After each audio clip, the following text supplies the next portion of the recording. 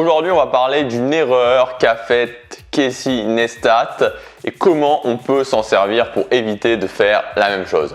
Alors pour ceux qui éventuellement ne connaîtraient pas Casey Neistat, c'est un vlogueur américain, certainement, c'est un youtubeur et notamment un vlogueur américain qui, je crois, peut-être le youtubeur qui a connu la plus forte progression de l'histoire de YouTube, donc c'est un truc assez incroyable. Si vous n'avez jamais vu ses vidéos, allez-y, même si vous n'êtes pas fan des vlogs, honnêtement, c'est quelqu'un qui a une énergie, qui a une façon de voir les choses, des croyances par rapport à la vie qui sont juste énormes. Alors Casey Neistat, qu'est-ce qu'il a fait il y a quelques temps? Il est parti en voyage à Venise et il a fait une semaine de pause, parce qu'il faut savoir que pendant un an complet, même plus d'un an, pendant 500 vidéos, il a fait 500 vidéos d'affilée sans jamais faire une pause. Alors je ne l'ai pas suivi dès le départ, mais je pense, sans dire de bêtises, qu'il n'a pas fait de pause. Je pense que ça a été régulier, aucun manquement. Il a posté un vlog tous les jours pendant presque 500 vlogs. Et puis il a fait finalement une pause d'une semaine. Et depuis cette pause d'une semaine, il y a régulièrement des trous. C'est-à-dire que régulièrement, il ne poste pas, il rate un jour, il rate une vidéo. Alors évidemment, ça ne remet pas en cause les capacités de travail de Casey Neistat qui sont, en tout cas de ce que je vois, de ce qu'il montre, assez incroyables. Mais l'erreur qu'il a faite, ça a été de briser la chaîne sans en reconstruire une autre. Il a brisé la chaîne d'habitude et il n'en a pas reconstruit une autre. Le principe de la chaîne, c'est quoi? C'est tout simplement le fait que quand vous mettez en place une habitude, vous allez construire une chaîne. Si vous vous dites, ok, je vais faire ces habitudes par exemple tous les jours, quand vous faites votre habitude, vous allez ajouter un maillon à votre chaîne d'habitude. Et au bout d'un moment, ça va faire une chaîne qui va être extrêmement longue. Et ce qui se passe, c'est que ça devient, plus votre chaîne est longue, plus vous allez avoir cette sensation que c'est plus difficile de ne pas faire l'habitude que de la faire. C'est ça tout l'intérêt justement de construire ces chaînes d'habitude, c'est d'avoir ensuite cette quasi-impossibilité de ne pas les faire. Tant que vous tenez votre chaîne, tant que vous êtes toujours dans cette chaîne, tant que à chaque fois que vous ajoutez un maillon à votre chaîne, ça devient très compliqué de ne pas faire l'habitude. Alors moi, ce que je vous recommande déjà, premièrement, j'en parle régulièrement dans les vidéos, c'est de ne pas commencer à faire 10 ou 15 habitudes dans votre journée. L'idée, c'est vraiment d'avoir ce qu'ils appellent en anglais Keystone Habits, donc des habitudes qui sont vraiment des habitudes fondations, d'avoir 2 ou 3 habitudes fondations qui vous mènent automatiquement à votre objectif et de construire des chaînes sur ces habitudes fondations. Pour construire une chaîne, il faut faire quoi? Il faut que vous définissiez un rythme auquel faire l'habitude. Donc j'insiste sur le fait que l'important, c'est pas que ce soit fait tous les jours, l'important c'est que vous définissiez quand est-ce que vous devez faire cette habitude et que vous vous teniez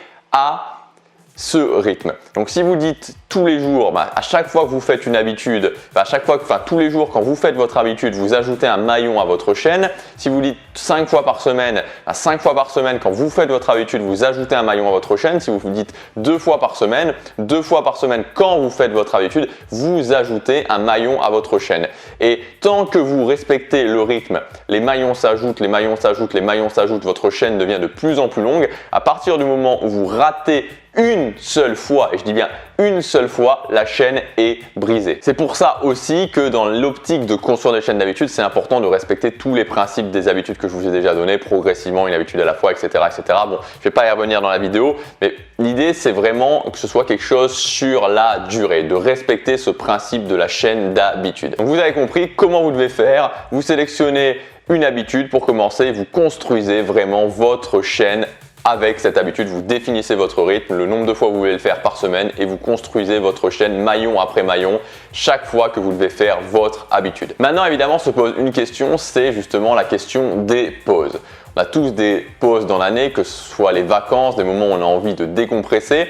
Alors moi, je vous donne sincèrement mon point de vue par rapport à ça. Je ne crois pas que ce soit utile de tout arrêter à certains moments de l'année. C'est-à-dire que je ne pense pas que à un moment de l'année, si pendant 2 semaines on se dit j'arrête tout, j'arrête complètement tout, je ne pense pas que ce soit bénéfique parce que déjà je ne pense pas que la récupération se trouve dans l'inactivité et je ne pense pas que sur les habitudes fondation, en tout cas ce soit bénéfique d'arrêter. Bien sûr, vous pouvez arrêter, sachez simplement que si vous faites une pause, vous brisez la chaîne. Donc dans le cas de Casey Neistat, c'est ce qui s'est passé, il a fait une pause, il a brisé la chaîne, il n'a pas recommencé à reconstruire la chaîne puisque à chaque fois il la rebrise en faisant des pauses. Alors évidemment, il y a sûrement des explications à ça, il y a certainement beaucoup plus de choses à faire, ça devient très compliqué pour lui à gérer, mais dans tous les cas, il ne reconstruit pas une chaîne. Moi, la solution que j'utilise et la solution que je vous recommande au niveau des pauses, c'est de sélectionnez vraiment vos habitudes fondation et de baisser un maximum le rythme pour ces habitudes, c'est-à-dire de faire des habitudes flash.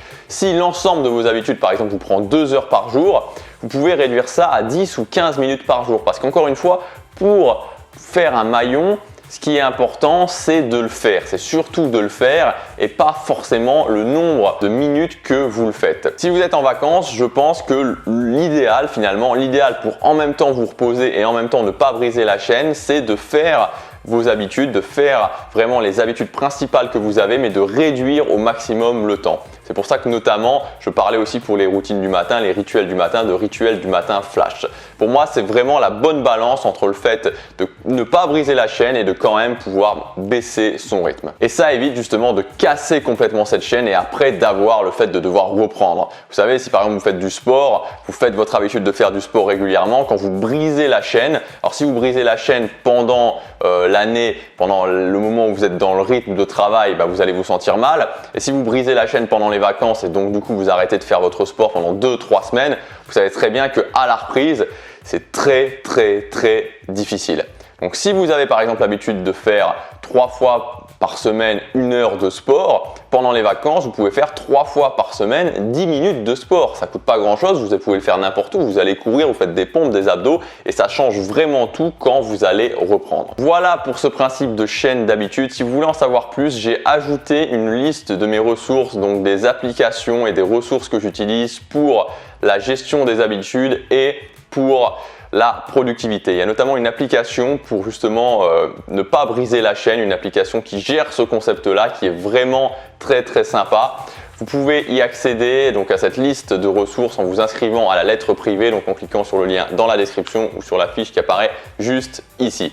À demain pour la prochaine vidéo, passez à l'action, chaque jour compte.